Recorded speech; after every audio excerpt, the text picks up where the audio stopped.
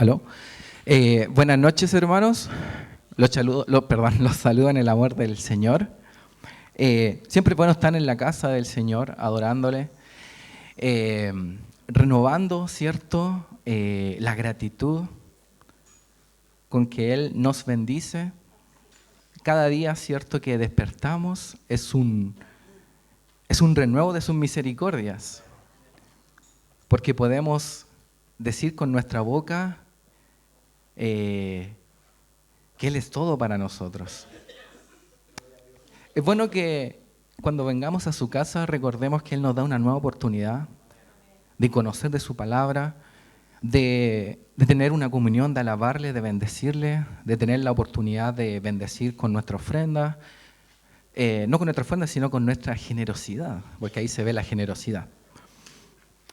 Y gracias damos al Señor por este día, ¿cierto?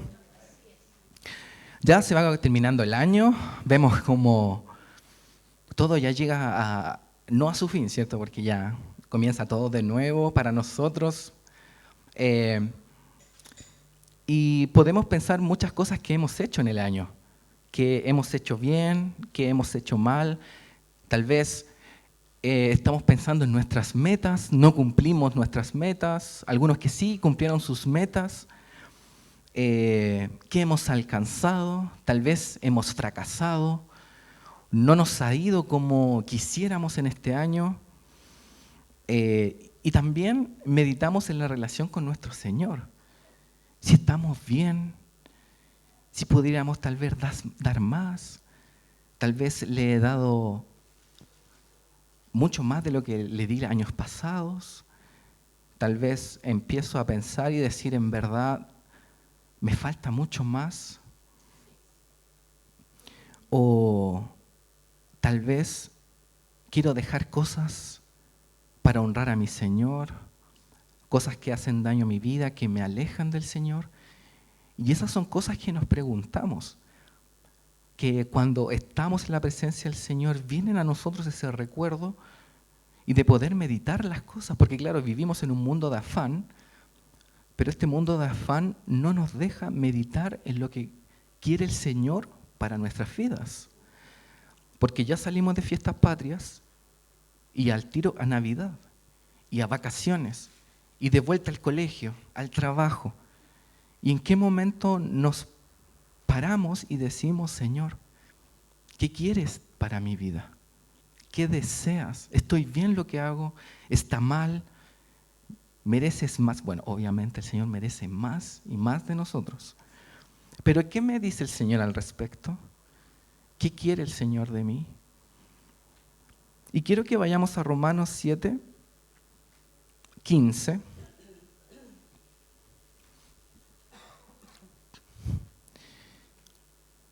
Que aquí hay algo hermoso que habla Pablo, algo que nos afecta como humanos, como seres que conocemos, ¿cierto?, el bien, el mal. ¿Lo encontró, hermano? Amén. Dice Pablo, versículo 15, ¿cierto?, de Romanos 7, dice, realmente no me entiendo a mí mismo, porque quiero hacer lo que es correcto, pero no lo hago. En cambio, hago lo que odio. Cierra sus ojos, hermanos, oremos a nuestro Señor. Rey amado, Jesús bendito, venimos hoy delante de ti, porque sabemos, Señor, que tú eres el dador de la vida, eres el dador de la salud, eres el que nos protege en el hueco de su mano, Señor. Nada nos ocurre o nos deja de ocurrir si es que no está en tu decisión, Señor. Todo, Señor, lo que ocurre a nuestro alrededor, lo que hacemos, depende de ti, Señor. Y nos alegramos, Señor, porque muchas de las cosas que vivimos es para nuestra enseñanza, para nuestro propósito, para nuestro caminar. Esas pruebas, Señor, esos momentos que tú nos dejas, Señor, vivir para probarnos, para encontrarnos, Señor, fieles. deben ser hermosos para nosotros, para demostrarte nuestro amor. Y por eso hoy queremos conocer tu palabra. Queremos hoy saber qué quieres para nosotros. Te amamos, Señor, y estamos, Señor, con nuestros oídos, con nuestras mentes, Señor, para que tú la hagas vida, Señor, en nuestro corazón. Te amamos y te bendecimos en el nombre de Jesús. Amén. Entonces, muchas veces lo que vivimos en el año, lo que hacemos, como dice acá Pablo, realmente no nos entendemos. No me entiendo, porque si a mí me preguntaran qué quiero hacer, yo quiero dar mi vida por Cristo. Quiero que toda mi vida sea para Él, en cada aspecto de mi vida. Pero cuando voy retrocediendo de las cosas que he hecho, no hago lo que es correcto, ¿cierto? Dice, porque quiero hacerlo, mi espíritu quiere hacerlo, pero no lo hago. En cambio, hago lo que odio. ¿Por qué hice esto, Señor?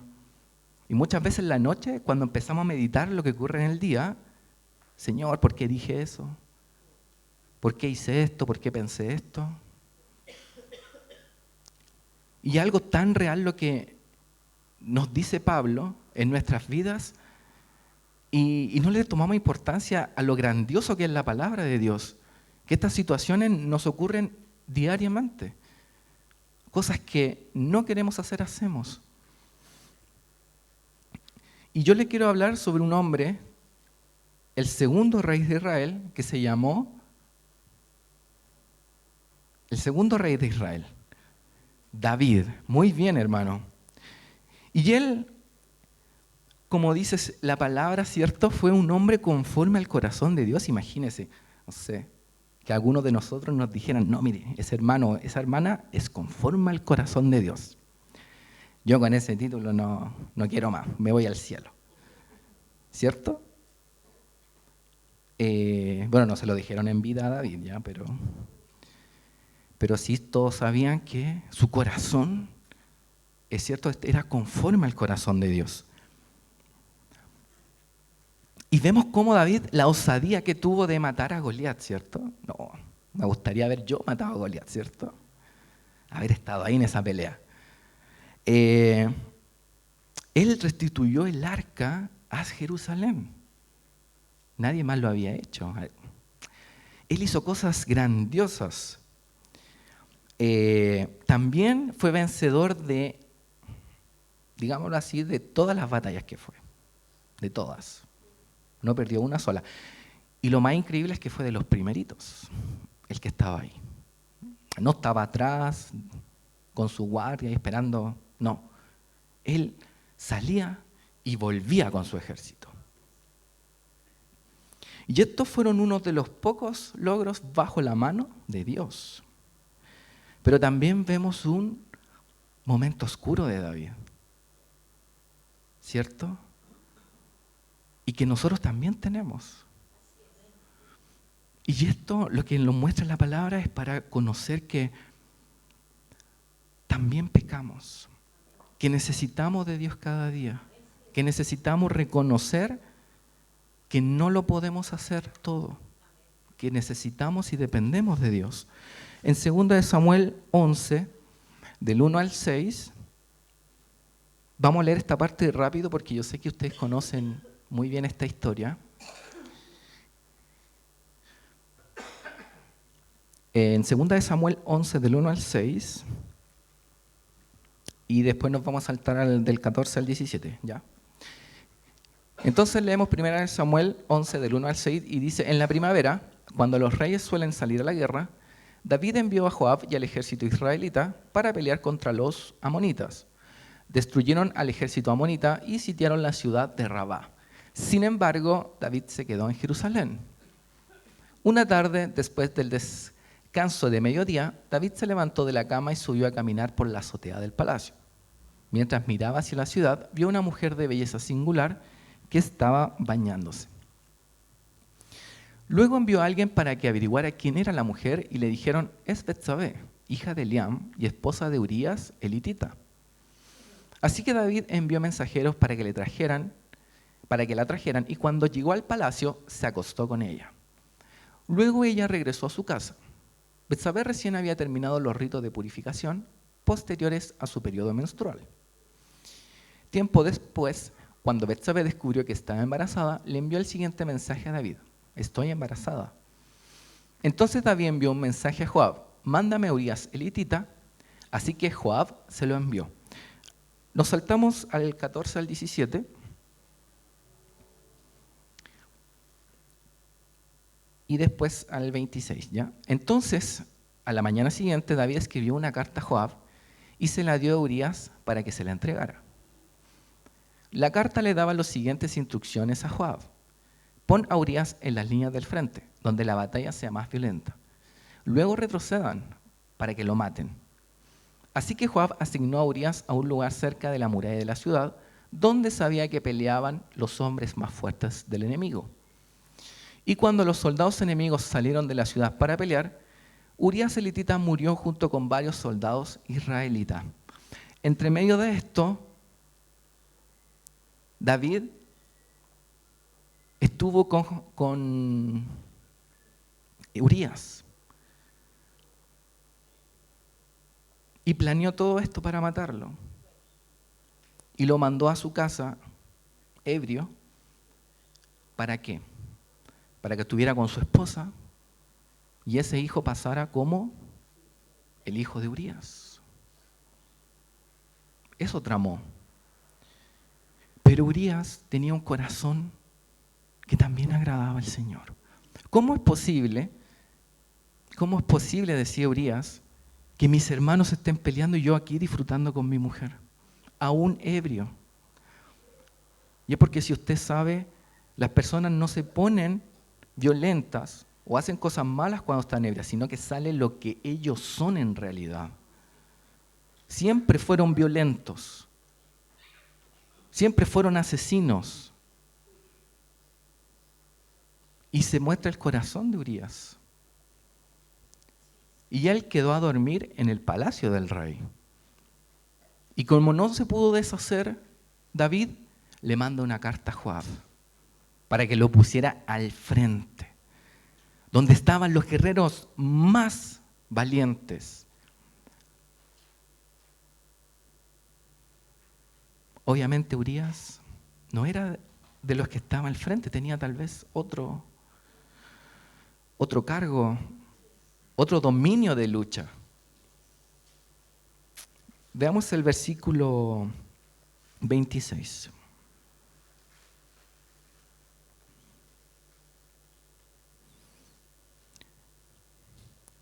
Cuando la esposa de Urías se enteró de que su marido había muerto, hizo duelo por él. Todo estaba saliendo como el plan dictaba de David.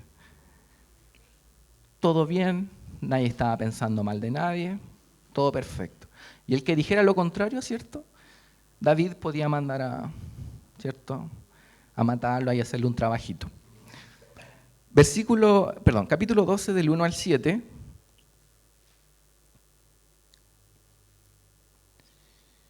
Capítulo 12 del 1 al 7 dice: ¿qué pasó? El Señor sabía muy bien lo que estaba ocurriendo. Y esto es tan hermoso lo que hace el Señor, cómo trata a David. Por lo tanto, el Señor envió al profeta Natán para que le contara a David la siguiente historia. Había dos hombres en cierta ciudad, uno era rico y el otro pobre. El hombre rico poseía muchas ovejas y ganado en cantidad. El pobre no tenía nada, solo una pequeña oveja que había comprado. Él crió esa ovejita, la cual creció junto a sus hijos.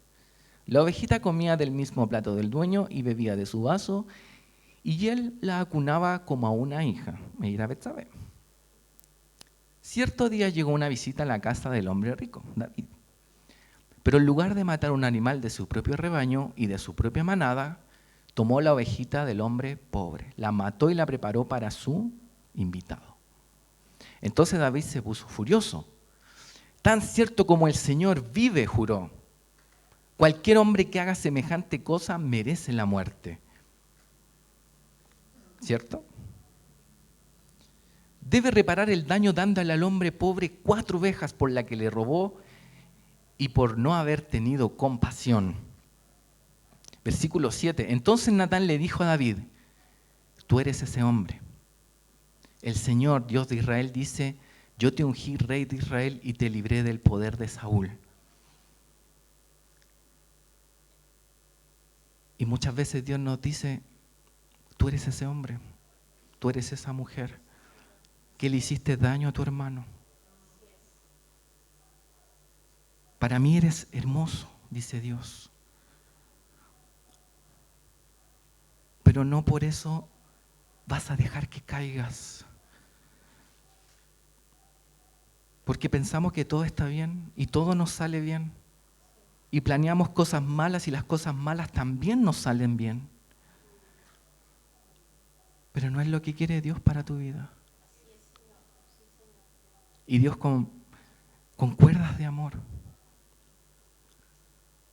te va a decir, eres culpable. Porque David no quería reconocer su culpabilidad. De ir a los brazos de Dios y decirle, Señor, he pecado, ¿qué hago? Y muchas veces nuestro plan malévolo funciona. El herir a otro, el tratar mal a mi hermano, el que un día le pase algo y en mi mente estoy feliz. Y eso al Señor no le agrada. Veamos el versículo 13. Y vemos lo que ocurre con David. Entonces David confesó a Natán, he pecado contra el Señor. Natán respondió, sí, pero el Señor te ha perdonado y no morirás por este pecado. Lo que hizo Jesucristo por nosotros. Todo el pecado que has hecho y que seguirás haciendo, el Señor ya lo pagó por ti. Pero ten un corazón conforme al corazón de Dios, humilde. Que diga, si he pecado, de rodillas ir delante del Señor. Señor, te necesito. Señor, este plan sé que va a funcionar, pero no lo quiero hacer. Porque va a dañar a otros.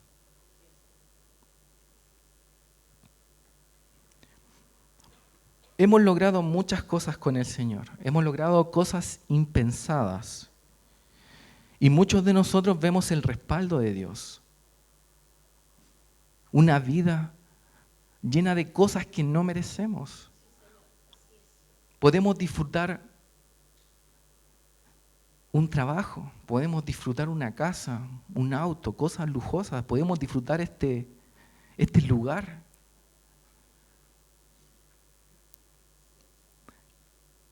Pero hay cosas que hacemos que nos alejan del Señor. Nos alejan del Señor y el Señor quiere que vuelvas a Él. Con un corazón humilde, con un corazón tierno.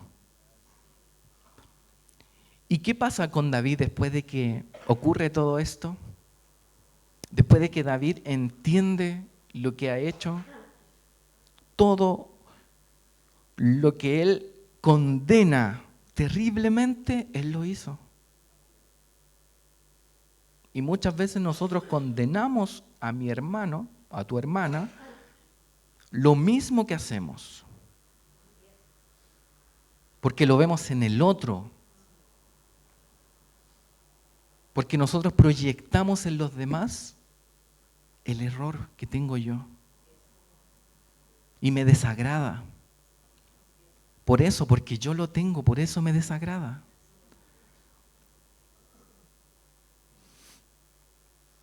¿Y qué hace David? No sé si usted se ha preguntado. David, ¿qué hiciste? Después de que te diste cuenta de ese error. ¿Alguno lo sabe? Escribió uno de los salmos más maravillosos para pedirle perdón al Señor. Y que ahora nos hace muy bien. Nos da las palabras necesarias para volver a encontrarnos con el Señor. En esos momentos donde nada puede ayudarnos a salir de ese hoyo. Y para que usted sepa, ese Salmo 51, donde él dice: Señor, lávame más y más de mi maldad, porque he pecado contra ti. ¿Cierto? Háceme más blanco que la nieve, que la lana, perdón. Límpiame más y más de mi maldad.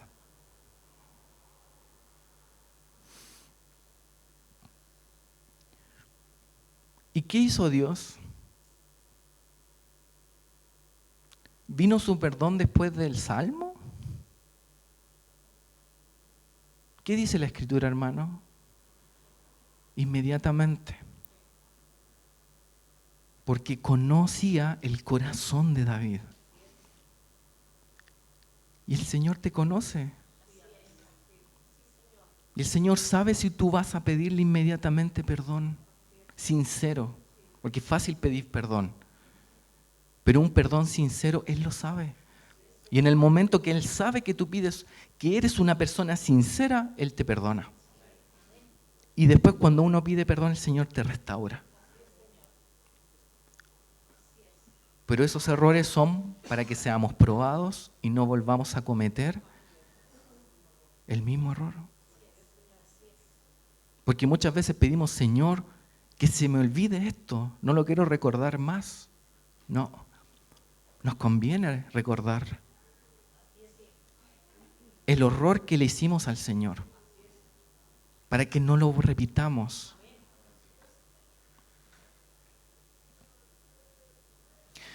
Y por eso, hermanos, Dios perdonó a David porque su gracia fue suficiente para David. No lo llegó, ¿cierto? Llegó y empezó a matar a todos, ¿no? Le contó una historia que hizo recapacitar a David. Y así nos trata también el Señor a nosotros, con amor, cuando leemos su palabra.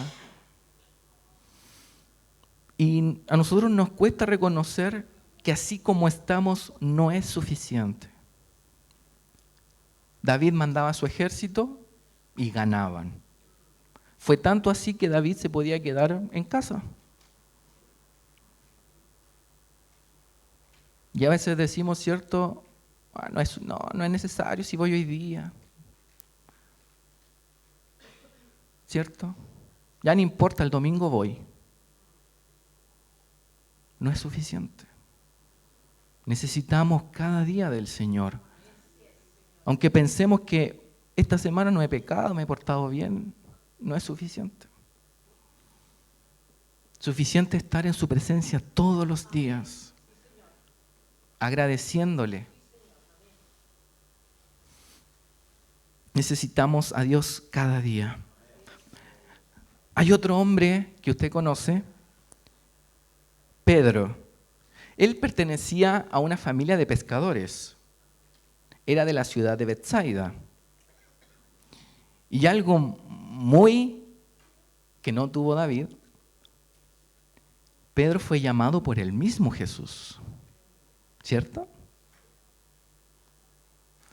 Pedro ya no será más pescador, ahora serás un pescador de hombres, muy bien. O sea, el mismo Jesús le da la invitación. Y su vida cambió. Él tenía un propósito mayor. También vemos a Pedro que dijo: Jesús, tú eres el Hijo del Dios viviente. ¿A quién le gustaría haber dicho eso justo en ese momento y que Jesús lo felicitara? Pero se le fue dado a uno, a Pedro. ¿Qué más hizo Pedro que ningún ser humano ha hecho en la vida? Ningún profeta, ni Moisés, ni Elías, ni Eliseo. Muy bien ahí el hermano Dan. Caminó sobre las aguas. Espectacular, ¿o no? Increíble. haber caminado sobre las aguas. La ciencia, la física no existía en ese momento. ¿Qué más vio Pedro? Ya Pedro nos ganó a todos con esto. Vio a Jesús como era literalmente. Lo vio. Impresionante nosotros haber visto a Jesús tal cual. Se transfiguró y apareció, ¿cierto?, Moisés y Elías. Y Pedro vio muchas cosas más, milagros, como los demonios salían huyendo, sanidades, cosas que nosotros es poco lo que hemos visto comparado a la que vio Pedro. Pero Pedro también vivió un momento oscuro, a pesar de ser un hombre, ¿cierto?, con tantas cualidades. En Lucas 22 del 31 al 34, lo podemos buscar. Lucas 22, del 31 al 34.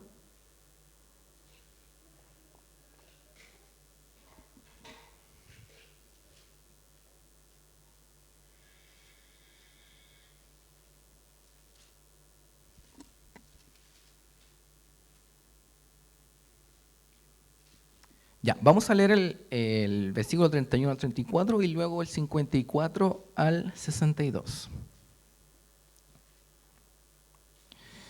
Dice el versículo 31, el nombre del Señor, dice: Simón, Simón, el mismo Señor dice: Satanás ha pedido zarandear a cada uno de ustedes como si fuera trigo. Pero yo he rogado en oración por ti, Simón, para que tu fe no falle, de modo que cuando te arrepientas y vuelvas a mí, fortalezcas a tus hermanos. Pedro dijo: Señor, estoy dispuesto a ir a prisión contigo y aún a morir contigo. Jesús le respondió: Pedro, déjame decirte algo. Mañana por la mañana, antes de que cante el gallo, negarás 3 veces que me conoces. Acá no aparece ninguna expresión como que le grita, que está enojado. Se lo dice normal. Pedro, escúchame. Pedro, escúchame. Satanás me pidió para zarandearte. No digas cosas que no puedes hacer. No me prometas cosas que no puedes cumplir, porque tu vida está en mi mano y yo ya sé lo que va a ocurrir. Y el Señor te dice: no me prometas cosas que no puedes cumplir. No lo hagas, porque solo Jesús sabe lo que va a ocurrir en tu vida. En 10 segundos después, 1 minuto después, mañana, el otro mes. Hoy el Señor te dice: escúchame, haz lo que yo te digo. No, Señor, si yo no voy a pecar, no, si no, Señor, voy a estar el domingo acá, de los primeros. No conocemos el futuro. Y aquí Pedro, podríamos decir que es mucho mayor a nosotros por todo lo que vio, por todo lo que hizo, por todo lo que vivió con Jesús. Pero aún así se confió. Y nosotros nos confiamos. No, si yo no voy a pecar. No, si estas cositas que yo hago no me hacen mal. En otro hermano sí le hace mal, pero a mí no. ¿Cierto? Versículos 54 al 62. Es muy triste este capítulo, hermano. Si lo lee de verdad, dice: entonces lo arrestaron y lo llevaron a la casa del sumo sacerdote, a Jesús. Y Pedro lo siguió de lejos. Los guardias encendieron una fogata en medio del patio y se sentaron alrededor, y Pedro se sumó al grupo. Recuerda que Pedro pudo entrar gracias a Juan. Una sirvienta lo vio a la luz de la fogata y comenzó a mirarlo fijamente. Lo miró, ¿cierto? Fijamente. Por fin dijo: este hombre era uno de los seguidores de Jesús. Se acordó. Estaba tratando de identificar quién era. aquella persona. Y cuando lo logró identificar, dijo, sí, yo sé quién eres. Pero Pedro, ¿qué hizo? Pero Pedro lo negó. Mujer, ni siquiera lo conozco. Después de un rato, alguien más lo vio y dijo, seguramente tú eres uno de ellos. No, hombre, no lo soy, contestó. Ya se estaba ofuscando ya Pedro. Así empezamos, ¿cierto? Nosotros también, tranquilitos, después ya nos ofuscamos. Alrededor de una hora más tarde, otra persona insistió, seguro este es uno de ellos, porque también es Galileo. Pero Pedro dijo, hombre, no sé de qué hablas. Inmediatamente, mientras aún hablaba, el gallo cantó. En otras lecturas, ¿cierto? Pedro decía palabrotas para que no lo identificaran con su lenguaje. Porque todo lo que él era parecido o igual al Mesías. En ese momento el Señor, y mire lo que ocurrió. En ese momento el Señor se volvió y miró a Pedro. Imagínense esa escena. Pedro negando a Jesús y Jesús mirándolo. De repente las palabras del Señor pasaron rápidamente por la mente de Pedro. Mañana por la mañana, antes de que cante el gallo, negarás 3 veces que me conoces. Y Pedro salió del patio llorando amargamente. Y cuando nosotros pecamos, nos olvidamos que el Señor nos está mirando. Nos olvidamos de que Él nos advirtió. De que Él nos dijo, mi vida está en tus manos, en mis manos, perdón. No hagas lo que tú quieres. No digas lo que no puedes hacer. No prometas que me amarás. Si tu comportamiento deja mucho que desear.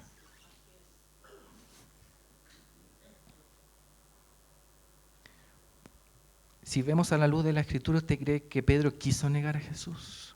Jamás. Pedro amaba tanto al Maestro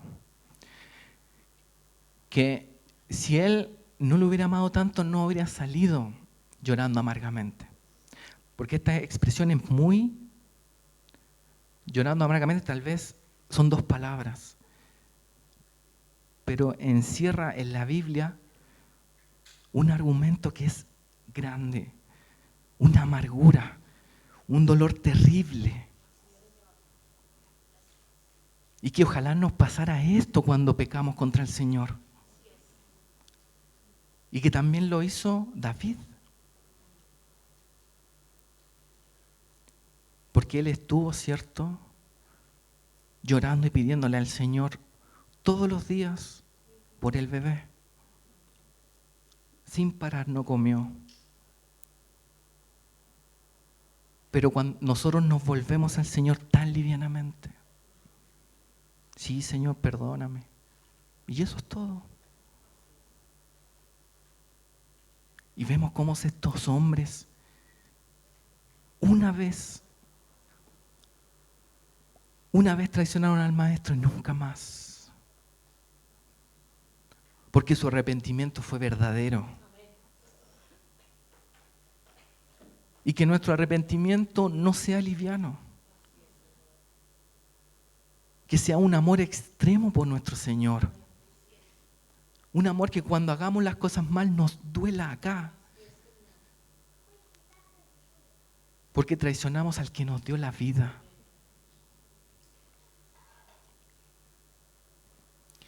Y Pedro iba predispuesto, si leemos, a no negar a Jesús. Si es posible, Señor, yo muero contigo.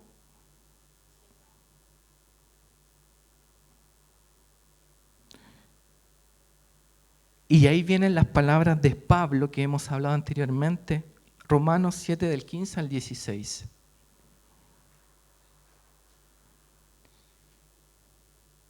Y en este contexto vienen muy bien las palabras que también pudieron haber dicho David y Pedro.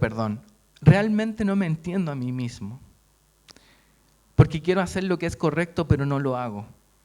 En cambio, hago lo que odio. Versículo 16, pero si yo sé que lo que hago está mal, eso demuestra que estoy de acuerdo con que la ley es buena. Si yo reconozco esto, entonces sé que toda la palabra de Dios es buena. Porque ella me enseña a lo que ella me dice es correcto. En mi vida yo tomo decisiones, pero esas decisiones no son las que yo quiero hacer. Por eso debo estar aferrado a mi Jesús,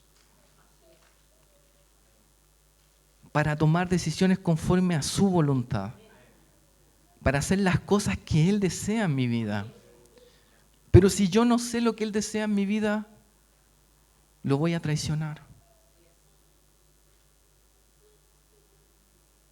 No, si yo ya me sé esta palabra que está leyendo la hermana. No, si esta predicación la he escuchado todas estas veces. Y aunque la escuchara 1000 veces, aún así necesitamos más y más de Dios. Porque no es suficiente. Aún necesitamos más. Volvernos a nuestro Señor. Arrepentirnos. Pablo tiene conciencia de su debilidad. Impresionante, Pablo. Estas palabras que nos hacen bien a nuestras vidas. Y encuentra placer en la gracia, en el antes y en el después. Él sabe que debe intervenir la gracia en nuestras vidas. Porque con lo que hacemos no es suficiente. Todo lo que usted haga por Dios no es suficiente. Todo lo que usted pierda, como decía Valentina, usted puede perder hermanos, tíos, padres, casas, autos, dinero, trabajo. Por causa del Señor no es suficiente. Él se merece eso y mucho más. Gracia significa un regalo inmerecido, un favor, bondad extendida. Eso significa gracia. Sin este regalo inmerecido de Dios, no tendríamos qué hacer, porque nuestros esfuerzos son en vano.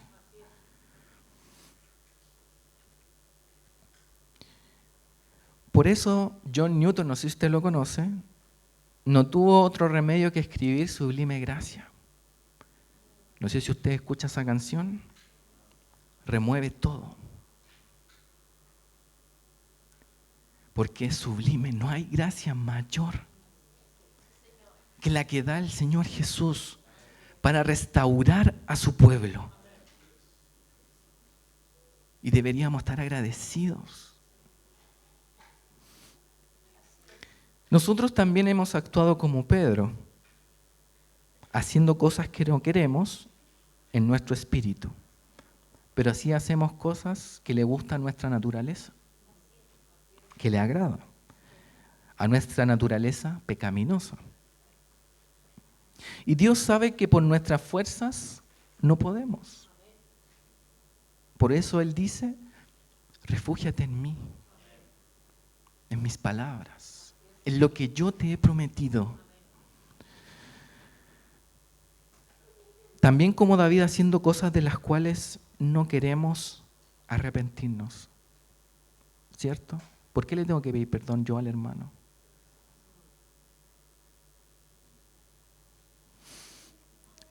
Veamos el versículo 3 de Romanos 8, un poquito más adelante.